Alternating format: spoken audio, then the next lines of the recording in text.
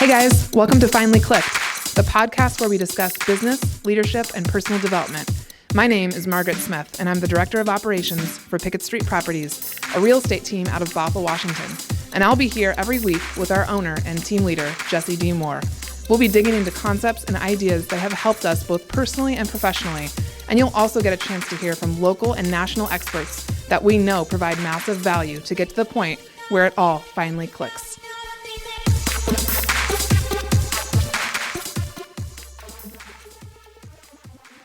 All right, Finally Clickers, welcome back to another episode of Finally Clicked with Jesse D. Moore and Margaret Smith. Today, we are blessed with the presence of a guest, Daniel Wessel, who is our investor specialist here on Pickett Street. We just finished another book on our team here called The Infinite Game. And so we asked Daniel to be on because he took copious notes. He basically took the cliff notes of the book and really enjoyed it. And so we just want to engage in conversation about it. Jeez, right out of the gate. Just right out of the gate, straight to it. No preamble, no banter. No, I mean, we could banter now. No, it's too late. Train has left the station. I thought maybe you'd make a comment about my You've pink introduced hair. a guest. You've expressed the topic we're going to be discussing. I couldn't. There's Straight no to nuance, no subtlety, no nuance Nothing. today. I just asked you to intro the show, and look what you did.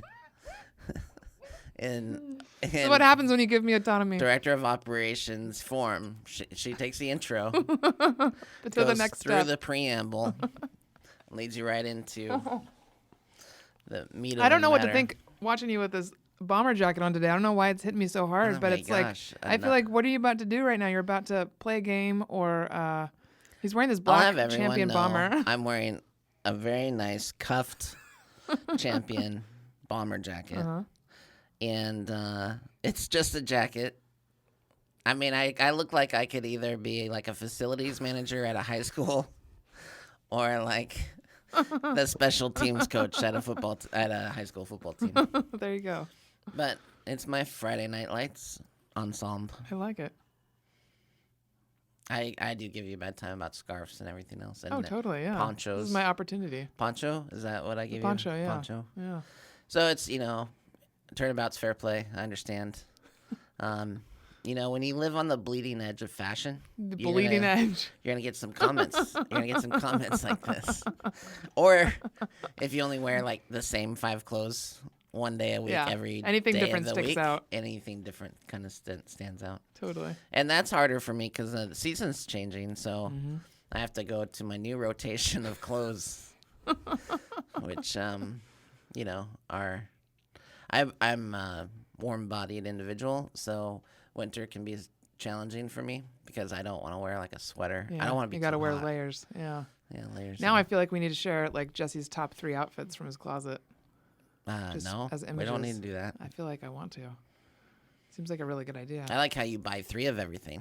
How's Hey, that? as a tall girl, when you find something that fits and works, you buy every color. I learned that at about 14 because there's not very much that fits me lengthwise at all. So yeah, that pantsuit that everybody saw, I got 4 colors. Red, black, green, and houndstooth. Houndstooth. My mom actually got them for me as a birthday gift, belated. for your birthday. We've actually Margaret, I'm going to buy you 4. we've been looking for a dress. She was going to get me a dress to speak in back in June. And so we've actually gone through 3 cycles I of just had a picture of you them. speaking through a dress like a megaphone. just through a dress. Just like, hello, everyone. All right, new now the banter's over. Now we can get into the... Should we have Daniel introduce himself? Daniel, hello. Hi. Can you tell the audience a little bit about yourself? Yeah. Well, I joined Pickett Street 4 months ago. Has it been 4 months? It's been 4 months, more my than 4 gosh. months. I think the 100 days is up Monday. Right? Oh yeah, it's coming Yeah. up on Monday. That's right. Yeah. Yeah. And it's And you've been, had deals in escrow. You've had a deal close. yeah. Yeah, so it's very exciting. I'm learning a lot of new stuff. I have been an investor for some time, did my own investing. In fact, bought a bunch of homes through Jesse back a few years ago. And based on that experience and having a good relationship with Jesse, I thought once I decided to become a broker, I thought I'd look him up and see if he'd be interested in having me join the team, and it all worked out. It's awesome. How's your experience been so far? More challenging than I expected. Yeah. There's a lot of stuff to learn, but overall, I would say that it's been a very positive experience, especially with the team, and that's why I'm excited to talk about this book. And I don't want to. Well, I was thinking about this book, and I was thinking about this podcast, and I think it can be challenging to discuss a book.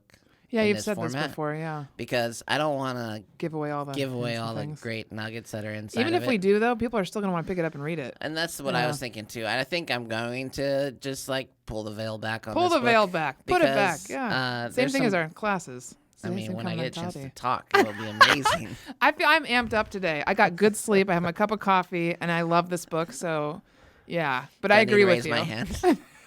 You might need to just raise a finger. You are shot out of a cannon today. I know. No, but so we'll talk specifically about some of the stories that I love, because the thing about Simon Sinek, I came across, my introduction to Simon Sinek was I came across his TED Talk early on. Like I want to say very quickly after he posted it. It hadn't been on for like a long time, I don't think. Anyway, I came across it, man, I wish, just through the internet somehow. And then I sent it to everyone I knew. As a team, I think we watched it like 3 times in a row. And the TED Talk, for those that aren't familiar, is called How Great Leaders Inspire Action. So type that into YouTube. You'll find it. It was filmed in the Pacific Northwest. The audio recording's awful, but the content is awesome. And so what's interesting is he released that TED Talk, and then the demand for Simon went up. Like so 9 years ago. Yeah. So his demand went up so much, and he didn't have a book yet. Like he didn't have any other material other than this TED Talk. And so given the nature of the TED Talk, which was essentially about the golden circle, which is his creation, but essentially that people buy why you do something, not what you do. And so his first book was called Start With Why, right? And it read like a weird, it almost read like a transcript of his TED Talk. And that's my problem with business books sometimes, is there's like 80 pages of good content, good meat, and then they throw in 60 pages of fluff, to make it bigger and longer and more marketable. And so I wasn't that impressed with Start With Why, if I'm going to be a fair critic. No, I think the topic itself, we both agreed, like, was excellent. I would say the same thing about, I think if Simon was here and he could talk about the evolution of himself as a writer, I know from what Monique has told us, when he buries himself in a room, there are moments when he's writing a book when he gets just totally down on himself, and the only way to bring him out of that hole is Monique usually had to connect him with a friend, like he mentions in this book, Adam Grant, his worthy rival. She had to connect him with people like that for them to say, Simon, people need to hear this stuff. People need to hear you and what you're going to say. So I think the evolution of him as a writer to up to this book has been really interesting to watch. He's one of the few authors I've realized who I've paid attention to every book he's written, and I think we've read every one. Well, and for those that are voracious readers, especially business books, I would put him in the category of Adam Grant, probably more like Malcolm Gladwell, Daniel Pink. Those guys are researchers who publish books to explain the research, right? So like Malcolm Gladwell and Daniel Pink are great examples where they have a whole crew. Like they have employees that are researchers that are meant to find case studies for their book ideas, and then they go through and organize it and write the books. But there's just a tremendous amount of research that goes into each of these books. And it can be hard to continue to churn out a hit when this is the type of work that you're doing. For sure, yeah. Because like Malcolm Gladwell had a lot of success early on with his earlier books, which is like Outliers and Tipping Point. Like those 2 books specifically, I think were huge successes. Blink is another one. Blink's a So good one. Malcolm Gladwell had like 3 bestsellers in a row. Tipping Point, Outliers, and Blink. And then, he's going to have a miss. You're going to have a miss somewhere along the line. And Simon, I feel like each book's gotten actually better. So start with why I was a little disappointed in. Yeah. Content's great. Premise is great. Leaders Eat Last was a great one. I liked that one. Right. So then he went to Leaders Eat Last, and that was a great book. That was the second one, right? I'm not sure if it was the second. I'm going to have to look it up now. There's Leaders Eat Last, Start With Why, The Infinite Game, and then I feel like we're missing one. So Leaders Eat Last was an interesting book because it was about leading with humility, and there was a little bit. It was interesting because it came out around the same time as the Jocko Willink book, Extreme Ownership, which is a militant book. Viewpoint of business. And so Leaders Eat Last was right in line with that, and because it was based on how captains and generals in the military would eat after the it's literally about putting yourself at the back of the line as a leader, not just in the idea of when you eat a meal together, but in every other sense, be that kind of selfless piece about it. And I think because of his travels with the military, and he goes over to speak with people overseas, he's included examples of that in every book that he's written. And he uses, just like you just mentioned, that title of exec, is when he did a podcast with Monique Hellstrom, his former chief of Simon. He mentions how he compared having an assistant to that of an exec, because essentially you're assisting the general, which is the highest level, and you only put people in that position who could potentially be general. And so the way he's used the military I find that fascinating too, because the culture in that arena is it's completely selfless. You are basically, it's all about teamwork. And if you're not a part of the team, it's not going to work. So I really enjoy that part of it. I feel like I've learned a lot through his eyes. Which brings us to his most recent book, which is called The Infinite Game. And we discussed last week about our team meeting and how it works, and that every week we read a portion of a business or self-development book. And when this came out, we had just ended a book, and so I ordered copies for everyone. And we just finished the book as a team this week, reading essentially 3 chapters at a time. And I have to say, if you're thinking about implementing this with your team, where you literally read 2 to 3 chapters a week as a team, discuss that afterward once a week, this is a great book to start with, because some of these books are hard to read. Some of them are too easy to read. Some of them, if they're too easy, if they're hard, they usually have great content, but you have to mine for it. And then if it's too easy to read, the content might be lacking. Yeah. I feel like this book is strikes a great balance among our team, which has a wide array of personalities. Sure. I feel like it's a good one for kind of striking an even tone across the board that everyone related to. Everybody this book. got something from it, yeah. So, and Daniel, I guess you could probably speak to that the most. How many books have you read with us on the team? 4? Does that sound right? I would say Fierce and Leadership and Self-Deception. Did we do Fierce and then Leadership? Well, Leadership's on the 100-day stuff. Well, we did Leadership while he was here. Oh, that's true. Yeah. Okay. But I don't think we did Fierce. No, we didn't. So we did But Leadership. But I did Fierce Conversations myself. Okay. Yeah. And you did that. Why did you read Fierce? Because it was required. Yes, it's required. If you want to be on Pickett Street, you have to read Leadership and Self-Deception and Fierce Conversations. So what's that like? Well, last week on the podcast, we talked about our team meetings and how they're structured and why we do it that way. Maybe since you're a new agent on the team, you can express what your viewpoint is on us doing that. Well, I think it really bonds the team together to be able to have something in common to talk about weekly. And I think it's really healthy to be reading. What I've experienced is I'm actually reading more outside of the team than I had been for a long time. So I'm currently reading 2 other books besides the book that I'm reading for our team. And the more that I'm stimulated in that matter, the more I want to read.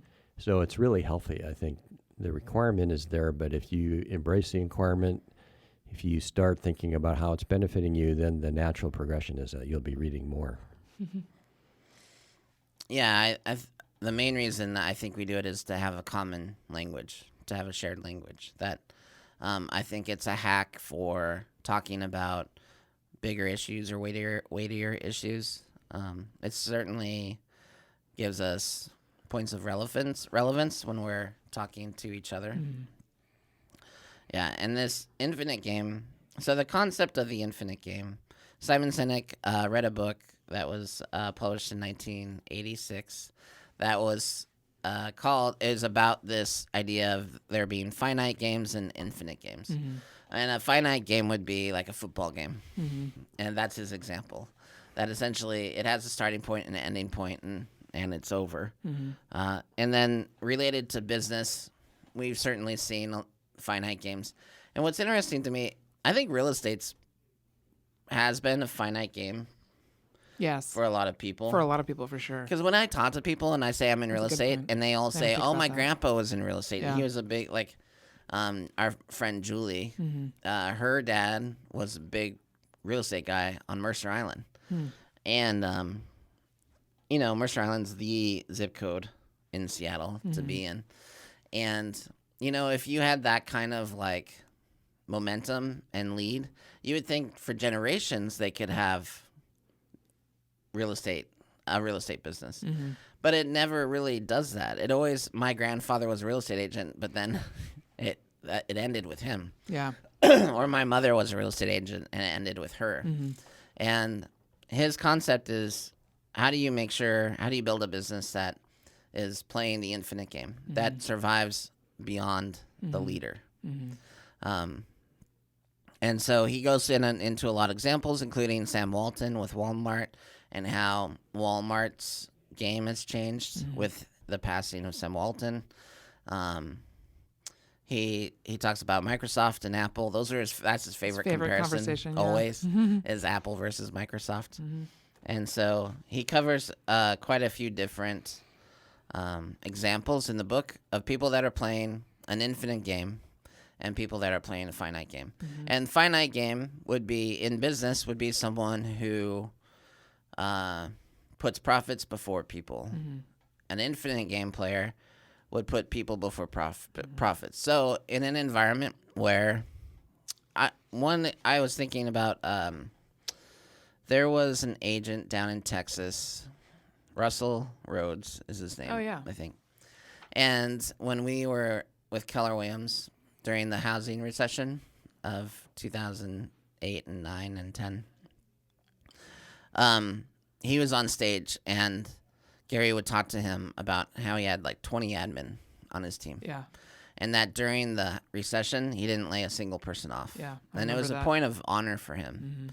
And I thought how... It was a very honorable story. I was very impressed by that story because it was so hard for so many people to make that transition during the recession. And then once you got through it and figured it out, you could make good money. But there's a period of time, what I always call like the pregnant pause, where you're trying to figure things out and you're waiting to see which direction the market's going, where it's just really uncomfortable and you're not making a lot of money. And then you have to start thinking about tightening the belt and should I lay people off? And I've always admired people that played the long game and said, I'm not going to lay these people off. I'm going to do whatever I have to do, and I'm not going to lay these people off. And I've always wanted to adopt that philosophy, and I have adopted it in the past couple of years. On the podcast, we've even talked about how it didn't make sense for us to have as much staff as we did, paid employees as we did. But I want to honor their contribution to our team, and I want them to not question or worry about, are they going to have a job tomorrow? Well, I think that's we've talked about that a lot of times. It's a common fear for admin across the country. We're always afraid. I'm not afraid anymore. We're always afraid of being fired. And not necessarily because we do something wrong, but just because we know that the market's like this. It's like a wave, up and down, and we can't, if there's no money to pay our salary, there's no money. But I have to say, I don't think I've had that fear since like year one. And part of that has to do too Which with is so funny because year one, we were crazy profitable. Oh yeah, Like, yeah. The more I thought about it, the more I was like, this is not just an administrative fear. This is not just an admin fear.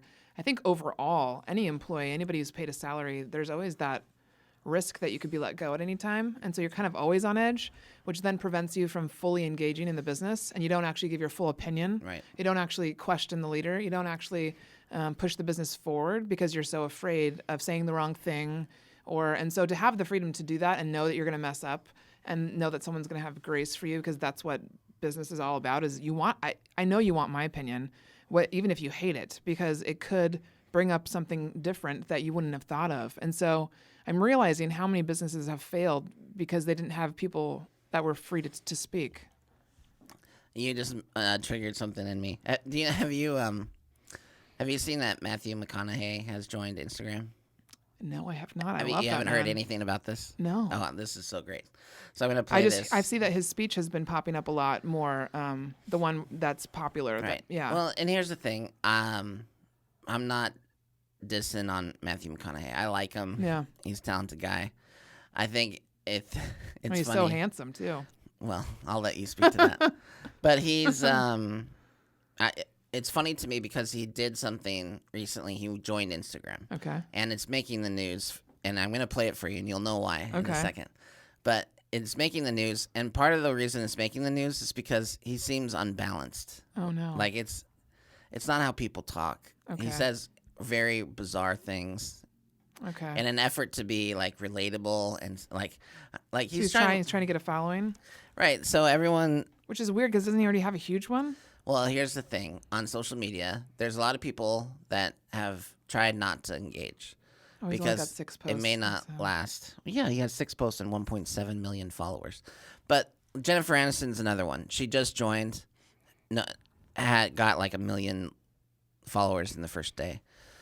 So they're realizing that this is not a trend. It's not going away. It's going to be here. It's replacing TV networks, right? So they for sure. They better jump on it. I see. Okay. But my point in bringing this up is I'm going to play this for you. And what I want you to think about as I play it for you is think about all the people in the room that listen to him and are helping him. There's someone filming this. There's another social media director. And they're not saying anything. He has a whole army of people behind him. I would never let you do something that I are thought gonna determine whether or not this should go on and be his first post. And they all said, "Yes, Matthew, this is genius. You should hear it." Okay. So let me play it.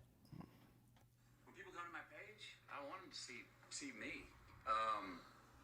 Look, this is my first venture into sharing myself and my views with the world, and I'm a little bit nervous about it because, quite frankly, I know I want to have a monologue. I'm not sure I want to have the dialogue, but I've learned that you got to have the dialogue to have the monologue, just as you have to have a monologue to have the dialogue. So I'm looking forward to it. I'm looking forward to sharing who I am with you. I'm looking forward to seeing if who I am translates, if what I want to share translates, if it tickles your funny bone, if it makes you think a second, if it makes your heart swell up a little bit, if it makes you take a quiet moment for a walk and go, I got to check in with the M and the E. Hopefully all those things. Let's have some fun with it, though. And let's keep the high eye, not the low eye. High eye. Okay, that's not as bad as I thought. I thought it was going to be worse. But the Daniel? high eye, what's the high eye? It's something in his head or something that he's learned, but no one knows. High eye. And that's the thing if you're out of touch with reality or out of touch with like everyone, the masses, then you say stuff that doesn't make sense to them. I liked So how he high said eye, the M and the E, it has to be some sort of like, like the third eye, The kind big, of like the big picture. the big picture. and not a low eye, which would be like a base level. Yeah, It's just it's not as anyway, horrible as I thought it was going to be. it's But a bad I see what you're it's- saying. My example is that someone who cares about Matthew and cares about should have stopped him from putting that out there. Yeah. Like that's his first take, and they just throw it up there, and we're good to go. Anyway, the Yeah, point you and I is go back and forth between stuff all the time with the business, and we don't launch something until we both have reasonable, like we're in a reasonable place that we agree that it's good content or the right thing to put out. Or well, we both know we're not doing a finite game. And, No. and how I know that is we just hired somebody And should we have hired someone? Technically, probably not. Probably not. Not based on Expense-wise? budgets or No. expenses or a ledger sheet, Yeah. right? But I want to. There's element of training that person. I want them trained Ready to go for the and spring. ready to go for Yeah. after the first of the year. Yeah, which is already paying off in the first week that she's been here. She's already set an appointment, which is not always typical of brand new people. Right. So yeah. Anyway, the point is, if you have a finite game and a finite culture, then your people. What your point, Margaret, is not to mansplain it, but that your point is that people are more willing to. People might just be yes men on a finite game, whereas if they know that it's an infinite game and that their job is secure and they can. And people, we want to speak truth. Yeah. No, I can tell you that in previous jobs, I've been more of a yes man. When asked my opinion, if it's in a one-on-one conversation, I'd be more likely to speak completely from the heart. But with you, I've been able to drop a lot of that. So a lot of the stuff that I say, like sometimes still need time to process, of course, because I'm an internal processor. However, I'm much more likely to randomly talk and brainstorm and be creative with you because I have that safe place. So. I think it's really critical if you want a business to succeed. Let me just read an excerpt from the first chapter, or maybe it's even the intro. Probably is the intro. No, chapter 1. All right, he says this. In business, that means when he's referencing what an infinite player of an infinite game does. So he says, in business, that means building an organization that can survive its leaders. Cars also expects the infinite player to play for the good of the game. In business, that means seeing beyond the bottom line. Where a finite-minded player makes products they think can sell to people, the infinite-minded player makes products that people want to buy. The former is primarily focused on how the sale of those products benefits the company. The latter is primarily focused on how the products benefit those who buy them. It's all about figuring out how to add value and benefit people. And then one of his first case studies is Victorinox, the Swiss company that made the Swiss Army knife famous, saw its business dramatically affected by the events of September 11th. Rather than employing extreme cost-cutting and laying off their workforce, the leaders of Victorinox came up with innovative ways to save jobs. They made no layoffs at all, increased investment in new product development, and inspired their people to imagine how they could leverage their brand into new markets. And so that's always inspiring to me, is when you see a company shift, adapt. You see them. It's no small feat to do that. Yeah. I mean, the Swiss Army knife, as a kid, man, everyone had one. And it was one of those things that you couldn't carry mindlessly anymore. Because you know how many knives I lost? I know not everyone carries a knife, but when you grow up in Montana, you always have a pocket knife on you. And my dad and family members, everyone lost knives to TSA because they didn't think about it. Oh, sure, yeah. And so then you actually have to be consciously remember not to carry one, and that hurts a knife making company. Oh, for sure, yeah. So for them to switch, and what I realize now is when I think of Victorinox now, I think more of their watches than the Swiss Army knife. Yeah. Which that wasn't true 20 years ago. Well, your example reminds me of what Daniel brought up in the meeting about where you were working and how they played the infinite game. I thought you should share that. Yeah. Or whatever you were just about to say that I cut you off. No, it's fine. I'll say what I was going to say, and then I'll segue into what you were asking me to talk about. So I remember also the example in the book of the Container Store. And they had an infinite game type focus. They treated their customers really well. They treated their vendors really well, and they treated their employees really well. And when they fell on hard times, everybody thought, this was going to be a really dark period in their company's history. But because they had set their table and had nurtured goodwill over all those years, when they fell upon hard times, everyone, including the employees and the vendors, were falling all over themselves to help them get through it. And when I read this story, it kind of reminded me, and this is a real life example of It's a Wonderful Life. Yeah. So everybody's giving money to help, they're giving their own money, their time, whatever it is, but it's a celebration. It's not heavy. It's not, oh gosh, I have to I have to make a sacrifice. It's like I get to make a sacrifice because there's so much goodwill, so much, long-term mindset. And so it turned into a celebration. So back to your question about where I come from, I worked in the corporate world. I was in wireless for 30 years. Yeah, I was at the infancy of wireless at the very beginning, where I was just a couple years old when I got into it. And it was very exciting. It was new technology. People didn't know what it would become over time, and it was really exciting to be a part of that. Flash forward 30 years, and although the company, I think, has done a really good job having that long-term focus, there's still big parts of the company that are still stuck. They're still thinking in terms of their profits, the bottom line, their stock share, all of those things. They have no problem laying off people as necessary. And so that's where I come in.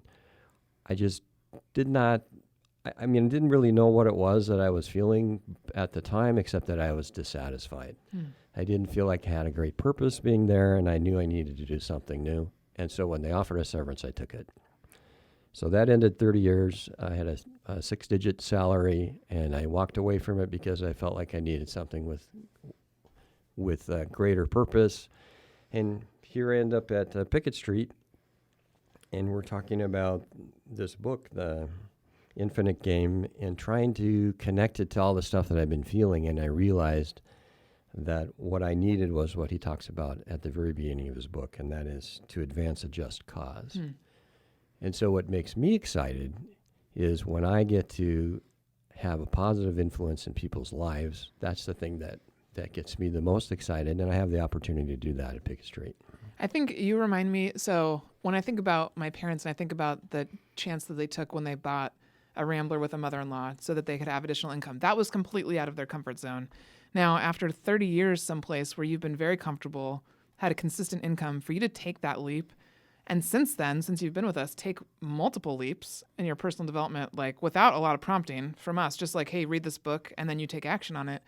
Have you always been like that? Or was it because you took that first leap out of that company that prompted you to then be so open? Because I honestly, there's different people in different generations that all, my mom is an example of someone who's still willing. She's still willing to take a risk. There's a lot of risks she won't take, but you don't find people that are open-minded or, the older I get, the probably more set in my ways I get. So I have to prompt myself to get out of that and keep my mind open.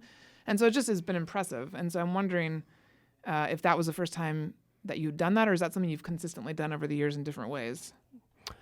I would say in this situation, I was primed for the situation I'm in now. So I have been open-minded, maybe not to the degree that I am here. I think a lot of the things that led up to it made me prepared or prime my pump to be that open-minded, to be willing to shift. And I think a lot of it was just being taken out of a very restrictive environment and put into a non-restrictive environment, still with high expectations and high goals, but outwardly focused. And so I find myself in that place where I think I can thrive. Well, I think we did it right with you in the sense that you're new to the team, and then the way the timing worked out, we read Leadership and Self-Deception early with you, and that whole book is about keeping an open mind. The whole point of that book is out of the box. And the only on-point coaching I've given you really was that. I want you to have an open mind. I just want you to put aside any assumptions that you have or anything that maybe you learned at that other company for 30 years. I want you to just stay open and try to approach this without any preconceived ideas. And I think going off that, what you've said about Daniel so far, the people that have the most success on our team are the people that self-manage well. So yes, he meets with you and I meet with you, but we've discovered that the people that are able to drive themselves, I think that might just be in real estate. Maybe I'm thinking entrepreneurship in general. Those are the people that are the most successful. And it's all together when we can share in that and pushing each other when we have a moment when we're not, able to drive ourselves, I think. I promise you it's not it doesn't have anything to do with real estate. Yeah. Like if you, because Just entrepreneurship well, in general? we've talked or about it. If we had these self-managed people, we can do any industry. anything. Yeah, yeah. We can sell nuts and bolts Toothpaste. if we have to, right? If we have the right people, and if they met. So, yeah, it has. It's not real estate people. It's quality. Do you know that it's makes talent. Jessica Townsend nervous when we talk about other industries? Because she's like, I like real I estate. know. She brings it up to me. She's like, "Tell me about getting out of real estate." Yeah. I said, don't stress. We're just playing around. We're just being imaginative. We have to. We have to be Which prepared. Yeah, which I you love talked about it. last time. You I had to fully get used embrace to. that. Yeah, it took time for sure. Yeah. Took time. TikTok. Well, I'd like to come back to the first point in the book. You said we could reveal some of the Yeah, nuggets, go right? for So he talks about, and I think this is probably one of the most important things, if not the most important thing to hang your hat on in the infinite game, is that it talks about advancing a just cause. And he spends a lot of time talking about what that means and how that works. He used Apple as an example, and he used other companies. The Container Store, I think, was another one. CVS Pharmacy was a great example. That's a great example. Why don't you talk about that one? Well, CVS Pharmacy was faced with a decision. I'm not sure what brought about them facing the decision, but at the time that they were faced with this decision, a lot of the pharmaceutical companies in their stores, they offer tobacco products. And whatever brought up the desire to self-examine, they looked at their products and said, selling tobacco products isn't in line with our just cause, which is health. So it's a contradiction for us to sell tobacco products when we're promoting health, and we know that tobacco products do the opposite. So they made the decision as the first pharmaceutical company to do to pull all of the tobacco products from their shelves. And they were criticized by the economic folks. They got a lot of flack, but they were determined to make that decision. And I remember. Do you remember? I remember when they did this, and I'm not. I go to the pharmacy like never, and so. But I remember this idea that why, and I remember being dumbfounded a little bit that because it was millions of. I mean, it was per store. It was like millions of dollars loss, potential lost revenue if they were to take this segment out of their stores, and. But I thought at the same time, what a noble effort, what a noble decision to say, you know what, this isn't in line with our principles. And it wasn't like, it'd be one thing. They didn't like succumb to peer pressure. It's not like people were boycotting, is it CVS? I'm forgetting that name. CVS, yeah. It's not like the people were boycotting them for selling tobacco products. They just examined their business, and in examining their business, they saw something that wasn't in alignment, and they corrected it.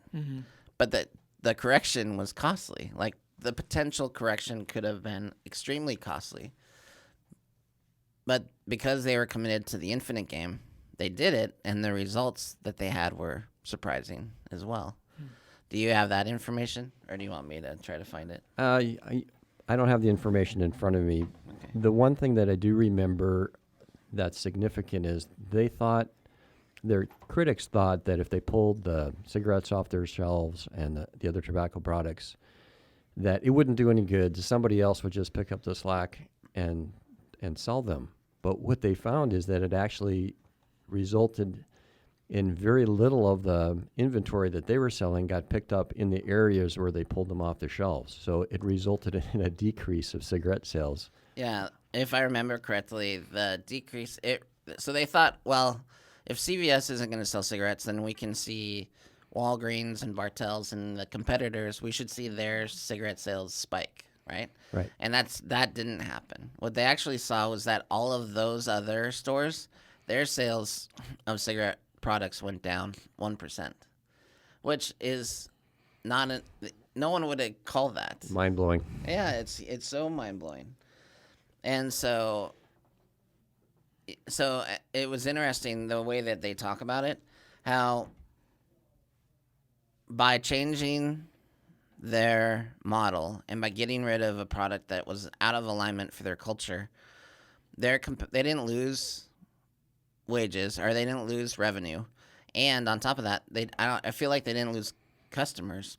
And what they talked about in the book is that by eliminating tobacco products and moving more in alignment with their principles, there were vendors that were now wanting to work with them and sell to them that weren't open to them before. Yeah. And so vendors that were working with Whole Foods or PCC, towards a more naturopathic environment, they came to CVS and said, we want to sell to you now because you made this decision. And the growth in those in that segment of their market easily overcame the loss of the tobacco product revenue. So, and it's interesting too because they talk about, is it Walgreens? Yeah, it was. Yeah. It was Walgreens. Yes. Yeah. So Walgreens, when faced with they were kind of asked to consider doing the same thing, and they haven't done it. And meanwhile, Walgreens is in trouble in comparison. Like there's recent news. I don't have it in front of me, but there's recent news of their being short of their projections and how it's hurting the company overall. And then you see someone like CVS who's just like does something because their trajectory, their goal is way out there, and then making that adjustment even for potential short-term losses and seeing a huge upside uncharacteristically seeing. Well, I feel like when upside. you make personally, if we make decisions or if a company makes decisions, whatever the decision is, the people that are watching or that are around you can typically tell if it's authentic. And if it's for the higher good, it's pretty easy to tell too. And I think that's how you win people over, is when they see what your long game is and they can tell that you're true about it. And then that makes them want to support you. So maybe people started going to CVS over Walgreens because they knew that CVS cared about their health. And they took the loss. They took the loss of the money in order to care about the people. What's interesting to me is that Walgreens has all the information on CVS and what happened to them. Yeah. And they still continue to do the finite thing. And so the analogy I like to use on that is the Matrix has them. So the Matrix has them. They chose the blue pill over the red pill or whatever it was. and they just don't see it. It's a blind spot now. Yeah. I have to read one quote that I wrote down about that. Just as kind of like what I harp on all the time in my class and about the retreat that I put on. So it says, in business, the resistance tends to come from a different place. Leaders of companies tell me that business is supposed to be professional, not personal, that their job is to drive performance, not to make their people feel good. But the fact is there's no avoiding the existence of feelings. If you've ever felt frustrated, excited, angry, inspired, confused, a sense of camaraderie, envious, confident, or insecure while at work, then congratulations, you're human. And I harp on that all the time in my class, and I think it's that gray area that people just don't want to step into.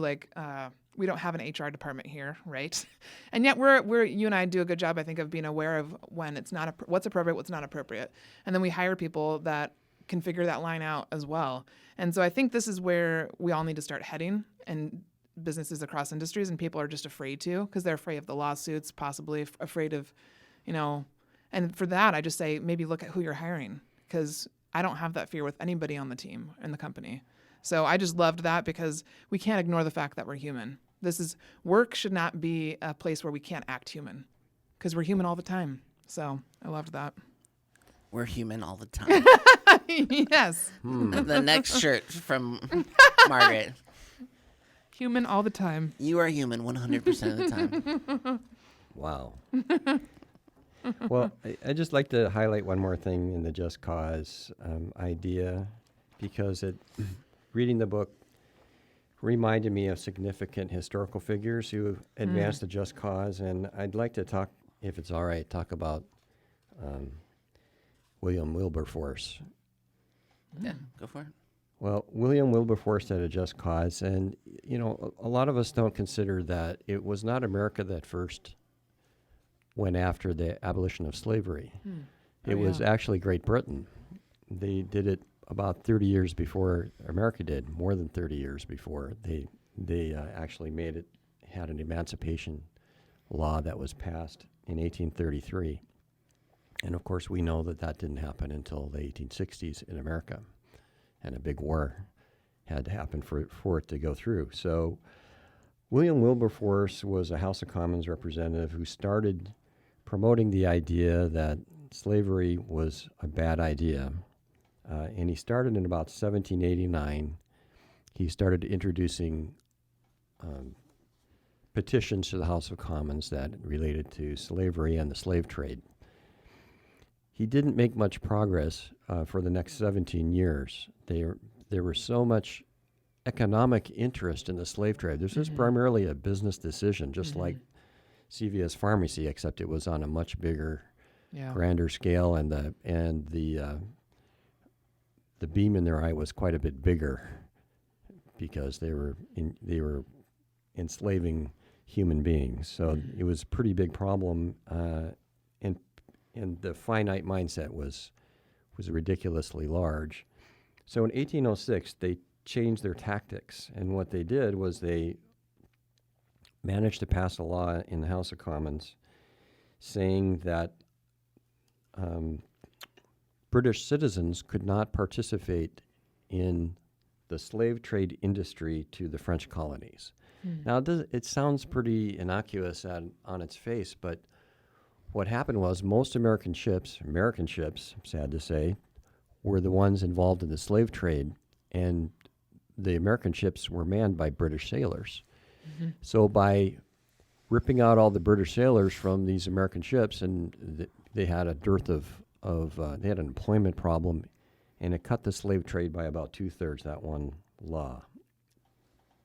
What happened after that is because the people that were making money off the slave trade started going bankrupt, they had less influence in the House of Commons, and people who were more supportive of getting rid of the slave trade came in. So it was only a year later, in 1807, that they passed a law in Parliament which made the slave trade illegal.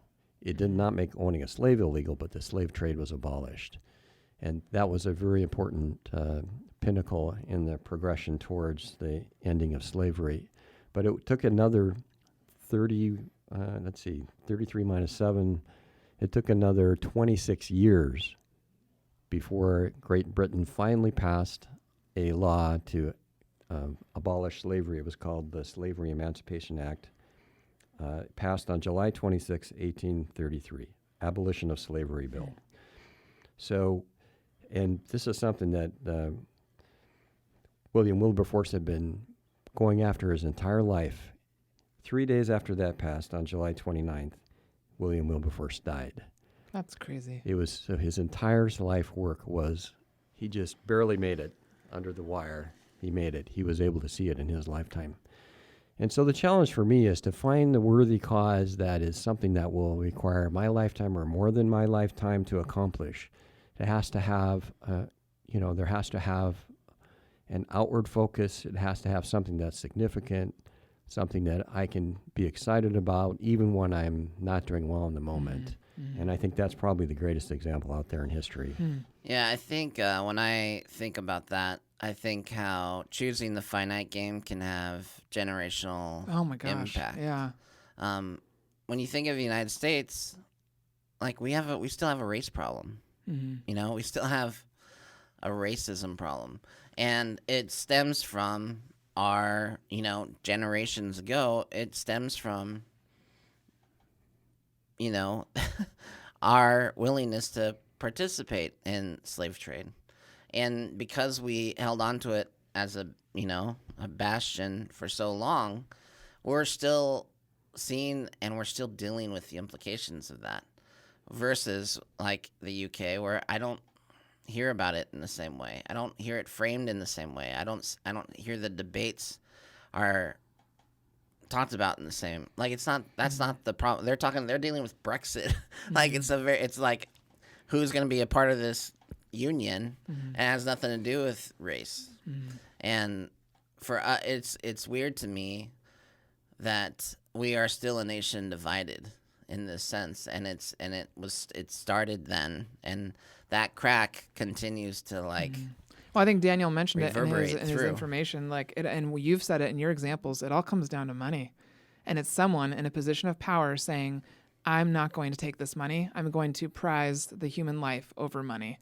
And if they don't choose, if they're in a position of power and they don't choose to do that, that's when it just continues on generationally.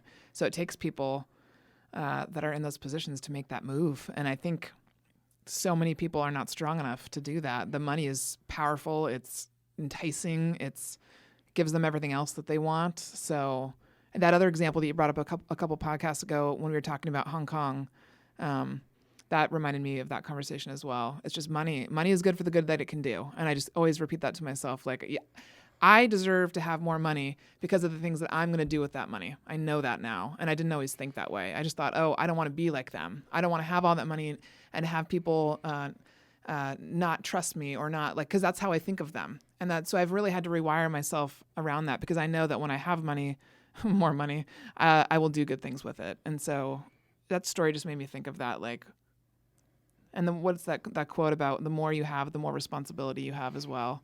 I know that's not exactly it, but I think it's so true. And it's so how people... Are you quoting Spider-Man? Probably. With great power comes great responsibility. Probably. I did recently watch that movie, so... Yeah. Yeah, it's probably in my head. But I think it's so true. And I when I look to great leaders and people that I choose to respect, I choose to respect them based on oftentimes how they act with their money or with their power, with their influencing, with all of that. Because that's when you get to see the real person, I think, behind the curtain, behind everything. It's a good book. Mm-hmm. Excellent book. Mm-hmm. Yeah, so I'd like to... how do we engage? How do we challenge our listeners? That's a good question. In relationship to this book? Is there a challenge to be laid down? I think there is a challenge. I think that's a good idea. Other than, be 100% human. Be 100% human all the time. I mean, we could challenge them to have their teams or the people around them read the book with them. We could challenge them to... Yeah, I'd like to know what team starts this book with this book.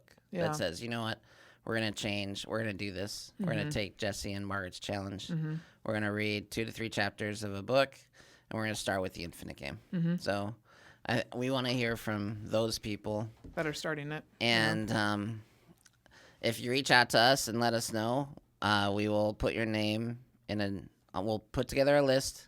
We'll do a drawing. We'll send you something cool from us as a reward for participating with us. But we'd love to hear from you if you're actually going to start this with your business and your team members, and specifically if you start with this book. Cool. I like it. And Daniel can be reached at daniel@pickettstreet.com if you want his cliff notes or his notes on the topic. Yeah. Daniel took extensive notes that we actually... Margaret, you had a good idea to have him add his notes from each book into our procedure manual. Yeah. So now our procedure manual, which is lives in Evernote, has a Daniel Wessel book note section. Yeah, I think to be able to go back and reference certain books, you had done it for, I think it was Good to Great, so those notes are in there. And I thought about it the other day. I was like, we should just continue to do this and add the books that we've read and the notes, because I go back to it all the time to reference a quote that I forgot or something. So yeah, I'm excited. Yeah, the motivation came from an outward focus. I'll just brag a little bit. But I decided to share this book with my pastor, and I thought, well, he's busy, so I'll make some notes for him. Yeah, this is a book I can see us talking about a lot in the future and giving out copies of. And this is Leaders Eat Last too. If for anyone that if you've need a different book, you've read Infinite Game, maybe Leaders Eat Last is a very solid book from Simon Sinek as well. All right, Margaret, we have houses to sell. We got houses to sell. People to train. talk to. Got people that you need to interview. Yep. And you have to be 100% human. Got to be 100% human. Got to get you back on track. Well, we know that's true about me. If we counted the 100% number of human. times I cry, I can't even talk anymore. The crimes you tie. The crimes I tie. You tie so Over the many years, crimes. I tie a lot. You actually haven't been crying much lately. No, I haven't. You used to cry pretty. I think that was when I was breaking through the ceiling. Oh, is that what it is? Yeah, I think Oh, it took me a couple goodness. years to break through the ceiling. Yeah. Yeah. I feel like overall we're crying less as a team. This is an interesting viewpoint to think You about, think it's but true? yes, I think it's very true. It's kind of nice. It's very nice. I like it. All right. Well, I would say that if you're outwardly focused in your crying, you'd be crying on behalf of others. Yeah, there you go. So it's okay. That sounds overwhelming. Got a lot of crying to do. All right. Thank you, everybody. We'll catch you next week with another episode of Finally Clicked. Yes.